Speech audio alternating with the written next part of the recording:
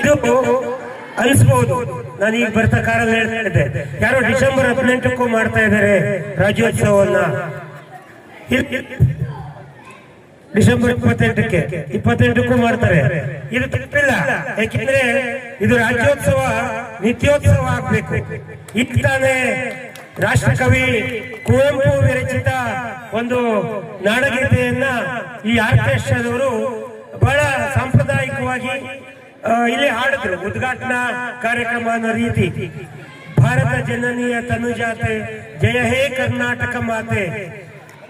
ಭಾರತದ ಕರ್ನಾಟಕ ಮಾತೆಯನ್ನ ಭಾರತ ಜನನೀಯ ತನುಜಾತೆ ಅಂತ ಕರೀತಾರೆ ಕುವೆಂಪು ಅವರು. ಕುವೆಂಪು ಅವರು 13ನೇ ವಯಸ್ಸಿನಲ್ಲಿ ಈ ನಾಡಗೀತೆ ರಚಿಸ್ತಾರೆ. ಅವ್ರಿಗೆ ಗೊತ್ತಿರ್ಲಿಲ್ಲ, ಅವ್ರು 8ನೇ ಕ್ಲಾಸ್ ಓದ್ಬೇಕಾದ್ರೇನೆ ಈ ಪದ್ಯ ರಚನೆ ಆಗುತ್ತೆ. ಅವರು ಮುಂದೊಂದಿನ ಇದೊಂದು ನಾಡಗೀತೆ ಆಗುತ್ತೆ ಅಂತ ಅವ್ರಿಗೆ ಖಂಡಿತ ಗೊತ್ತಿರ್ಲಿಲ್ಲ. ಆದ್ರೆ ಕನ್ನಡದ ಹೊರಕವಿ ಏನಿದ್ದಾರೆ, ಕನ್ನಡಕ್ಕೆ ರಾಷ್ಟ್ರ ಪ್ರಶಸ್ತಿಯನ್ನ ಹಾಗೆ ಜ್ಞಾನಪೀಠವನ್ನ ತಂದುಕೊಟ್ಟಂತ ಕುವೆಂಪು ಅವರು ಈ ಕವಿತೆಯನ್ನ ರಚಿಸ್ತಾರೆ. ಹಾಗಾಗಿ ಕುವೆಂಪು ಅವರಿರ್ಬೋದು, ಬೇಂದ್ರೆ ಅವರಿರ್ಬೋದು, ತಾರಾ ಸುಬ್ರಾವ್ ಅವರಿರ್ಬೋದು, ಹಲವಾರು ಜನ ಸಾಹಿತಿಗಳು ಇವತ್ತು ಕನ್ನಡದ ಹಿರಿಮೆ ಗರಿಮೆಗಳನ್ನ ತಮ್ಮ ಪುಸ್ತಕಗಳಲ್ಲಿ ರೂಪದಲ್ಲಿ ಕಟ್ಟಿಕೊಟ್ಟು ಹೋಗಿದ್ದಾರೆ. ಅದರಲ್ಲಿ ನಮ್ಮ ನಿಸಾರ್ ಅಹಮದ್ ಅವರು ರಚಿಸಿರ್ತಕ್ಕಂಥ ನಿತ್ಯೋತ್ಸವ ಗೀತೆ ಏನಿದೆ, ನಿತ್ಯೋತ್ಸವ ತಾಯೇ ನಿತ್ಯೋತ್ಸವ ನಿನಗೆ ನಿತ್ಯೋತ್ಸವ ಅಂತೇಳಿ ಬಹಳ ಭಕ್ತಿಪೂರ್ವಕವಾಗಿ ಏನು ಹಾಡಿದ್ದಾರೆ ನಿತ್ಯೋತ್ಸವ ಗೀತೆಯನ್ನ. ಹಾಗಾಗಿ ನಮ್ಗನ್ಸುತ್ತೆ ರಾಜ್ಯೋತ್ಸವ ಇದು ನಿಜಕ್ಕೂ ಕೂಡ ಈ ರೀತಿ ಯುವಕರಲ್ಲದೆ ರಾಜ್ಯೋತ್ಸವ ಬೇರೆಯವರು ಮಾಡಕ್ ಆಗಲ್ಲ. ಯಾಕೆಂತ ಹೇಳಿದ್ರೆ ಬಹಳ ಕಷ್ಟ ಇದೆ. ಇವತ್ತಿನ ದಿನದಲ್ಲಿ ಈ ರೀತಿಯ ಸಂಘಟನೆಯನ್ನ ಮಾಡಿ ಎಲ್ಲರನ್ನೂ ಒಂದ್ ಕಡೆ ಸೇರಿಸಿ ಎಲ್ಲಾ ಜವಾಬ್ದಾರಿಯನ್ನ ಹೊತ್ಕೊಂಡು ಈ ಕೆಲಸ ಮಾಡೋದು ನಿಜಕ್ಕೂ ಕೂಡ ತಮಾಷೆ ವಿಚಾರ ಅಲ್ಲ. ಇನ್ನೊಂದು ವಿಚಾರ, ಇವತ್ತೇನಾದ್ರೂ ಕರ್ನಾಟಕದಲ್ಲಿ ಕನ್ನಡ ಉಳಿದಿದೆ ಅಂದ್ರೆ ಅದು ಬಹಳ ಆಟೋ ಚಾಲಕರಿಂದ. ಇವತ್ತು ಬೆಂಗಳೂರು ನಗರದ ಮೆಜೆಸ್ಟಿಕ್ ನಲ್ಲಿ ಕನ್ನಡ ಉಳಿಯುತ್ತೆ. ಪ್ರತಿ ವರ್ಷ ಕೆಂಪೇಗೌಡ ಬಸ್ ನಿಲ್ದಾಣದಲ್ಲಿ ದೊಡ್ಡ ಮಟ್ಟಕ್ಕೆ ರಾಜ್ಯೋತ್ಸವ ಆಗುತ್ತೆ. ಕರ್ನಾಟಕದ ಮೂಲೆ ಮೂಲೆಯಲ್ಲಿ ಇವತ್ತು ಕನ್ನಡ ರಾಜ್ಯೋತ್ಸವವನ್ನ ಆಟೋ ಚಾಲಕ ಸಂಘದವರು ಅವರ ಕಷ್ಟ ಕಾರ್ಪಣ್ಯ ಏನೇ ಇರಲಿ, ಆದ್ರೆ ಇವತ್ತು ಕನ್ನಡದ ಉಳಿವಿಗಾಗಿ ನಾವು ಕನ್ನಡಿಗರು ಅಂತ ಹೆಮ್ಮೆಯಿಂದ ಯಾರಾದ್ರೂ ಹೇಳ್ಕೊತಾರೆ ಅಂದ್ರೆ ಅವರು ಆಟೋ ಚಾಲಕರು, ಆಟೋ ಓಡಿಸೋರು.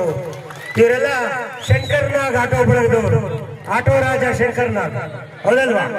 ಶಂಕರ್ನಾಗ್ ಇವ್ರಿಗೊಂದು ಪರಂಪರೆಯನ್ನ ಹಾಕೊಟ್ಬಿಟ್ರು. ಶಂಕರ್ನಾಗ್ ಅವರು ಒಂದು ಸಿನಿಮಾದಲ್ಲಿ ಅವರು ಆಟೋ ಚಾಲಕರಾಗಿ ಒಂದು ಪರಂಪರೆಯನ್ನ ಸೃಷ್ಟಿ ಆಯಿತು, ಆಟೋ ರಾಜ.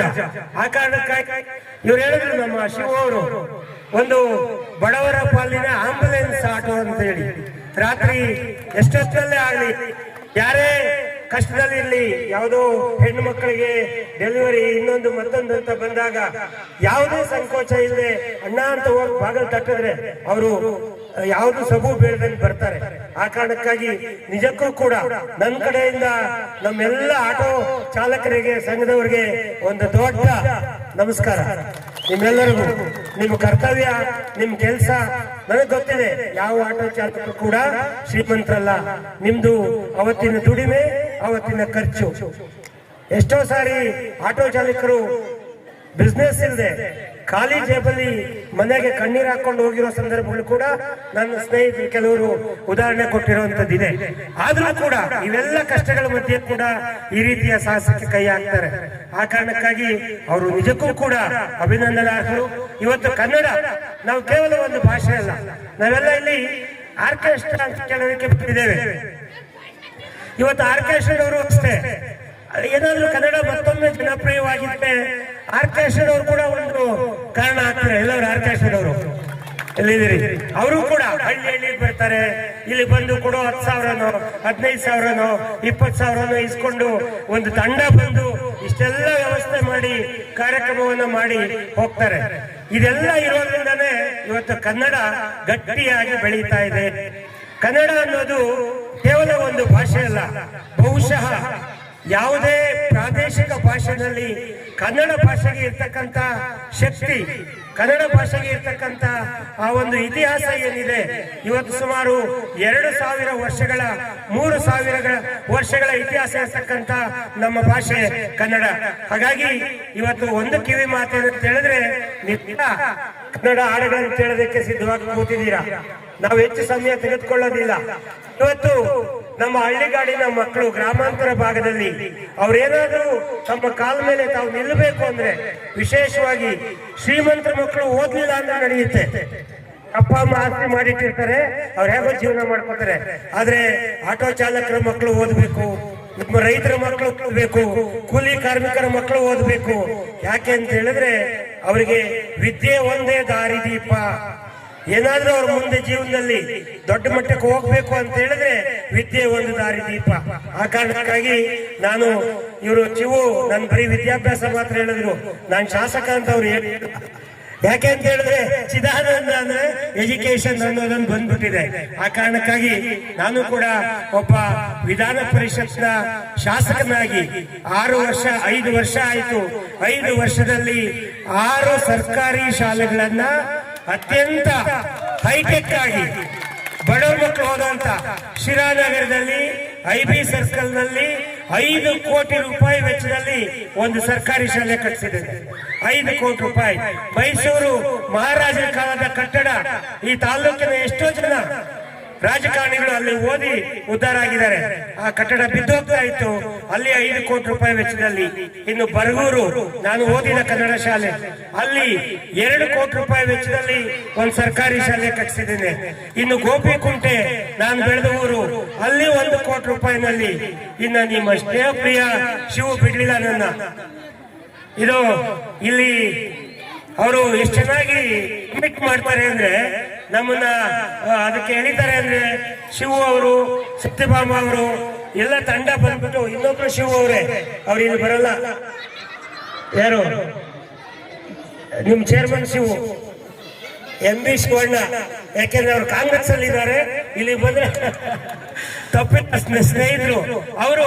ನಾನು ಅಲ್ಲಿ ಇಲ್ಲಿ ಮಾಡೋದು ನೋಡಿ ಪದೇ ಪದೇ ಫೋನ್ ಮಾಡಿ, ಸರ್ ತಾವರೆಕೆರೆನಲ್ಲಿ ಕೂಡ 400 ಜನ ಮಕ್ಕಳು, ಬಡವ್ರ ಮಕ್ಕಳು ಓದ್ತಾರೆ, ಅಲ್ಲಿ ರಸ್ತೆನಲ್ಲಿ ಶಾಲೆ ಇದೆ, ಮಕ್ಕಳು ಬೀದಿಗೆ ಬಂದ್ರೆ ಅಪಘಾತ ಆಗುತ್ತೆ, ಕಟ್ಟಡ ಸರಿಯಾಗಿಲ್ಲ ಅಂತ ಹೇಳಿದಾಗ ಕಳೆದ ತಿಂಗಳು ಬಂದು ನಾನು ಇಲ್ಲೂ ಕೂಡ ಒಂದೂವರೆ ಕೋಟಿ ರೂಪಾಯಿ ವೆಚ್ಚದ ಶಾಲೆಗೆ ಶಂಕುಸ್ಥಾಪನೆ ಮಾಡಿ ಈಗ ಕಾಮಗಾರಿ ನಡೀತಾ ಇದೆ. ಇಲ್ಲಿ ನಿಮ್ ಪಕ್ಕದಲ್ಲಿ ಇಲ್ಲಿ ಕರೆಂಟ್ ಇಲ್ಲ, ಲೈಟ್ ಇಲ್ಲ, ಅದಕ್ಕೆ ಕಾಣ್ತಾ ಇಲ್ಲ ಅದು. ಸೊ ಖಂಡಿತವಾಗ್ಲೂ ಕೂಡ ಇನ್ನು 2 ತಿಂಗಳಲ್ಲಿ ಅದರ ಕಾಮಗಾರಿಯನ್ನು ಮುಗಿಸಿ ಇಲ್ಲೇ ವೇದಿಕೆ ಮಾಡಿ ಉದ್ಘಾಟನೆ ಮಾಡಿ ಹೋಗುವಂತ ಕೆಲಸವನ್ನ ನಾನು ಮಾಡ್ತೇನೆ. ಇವತ್ತು ಬರೀ ತಾವರೆಕೆರೆ ಅಲ್ಲ, ಇಡೀ ತಾವರೆಕೆರೆ ಪಂಚಾಯಿತಿ ಏನಿದೆ, ಆ ಎಲ್ಲ ಮಕ್ಕಳು ಬಂದು ಕಲಿಬೇಕು, ಹೈಟೆಕ್ ಶಾಲೆ ಕಲಿಬೇಕು, ಬಡವರ ಮಕ್ಕಳು ಒಳ್ಳೆ ಸೌಲಭ್ಯ ಇರಬೇಕು. ಆ ಕೆಲಸವನ್ನ ಮಾಡ್ತಾನೆ. ಅದಕ್ಕೆ ಅವಕಾಶ ಮಾಡಿಕೊಟ್ಟಂತ ಈ ಊರಿನ ಎಲ್ಲ ಗಣ್ಯರಿಗೆ, ಎಲ್ಲ ಸ್ನೇಹಿತರಿಗೆ, ಎಲ್ಲರಿಗೂ ಕೂಡ ನಾನು ಆಭಾರಿಯಾಗಿರ್ತೇನೆ. ಮುಂದೆ ಕೂಡ ನಿಮ್ಮೆಲ್ಲರ ವಿಶ್ವಾಸ, ನಿಮ್ಮೆಲ್ಲರ ತಾವರೆಕೆರೆಗೆ ನನಗೆ ಬಹಳ ಅವಿನಾಭಾವ ಸಂಬಂಧ. ನಮ್ಮ ತಾಯಿ ತವ್ರ ಮನೆ ರಂಗನಹಳ್ಳಿ ಎಲ್ಲಿದೆ, ದೂರ ಇಲ್ಲ, ರಂಗನಹಳ್ಳಿ. ನಾನು ಹುಟ್ಟೂರು ಹೊಸಹಳ್ಳಿ. ಪ್ರತಿ ಸಾರಿ ದಸರಾ ಹಬ್ಬಕ್ಕೆ ಇಲ್ಲಿ ಬಂದು ಬಸ್ ಸ್ಟ್ಯಾಂಡ್ ಅಲ್ಲಿ ಇಳಿದು, ಚಿಕ್ಕ ಹುಡುಗರು ಇದ್ದಾಗ ನಡ್ಕೊಂಡು ಹೋಗಿ ಈ ತಾವರೆಕೆರೆ ಬಸ್ ಸ್ಟ್ಯಾಂಡ್ ಅಲ್ಲಿ ಆ ಕಡೆ ಒಂದು ಹೋಟ್ಲ್ ಇತ್ತು. ನಿಮ್ಮ ಬಹುತೇಕ ಆರೋಗ್ಯ ಸಮಸ್ಯೆಗೆ ಗ್ಯಾಸ್ಟ್ರಿಕ್ ಕಾರಣ. ಗ್ಯಾಸ್ಟ್ರಿಕ್ ನಿಂದ ಮುಕ್ತಿ ಹೊಂದಿದ್ರೆ ನೀವು ಆರೋಗ್ಯವಾಗಿರ್ತೀರಾ.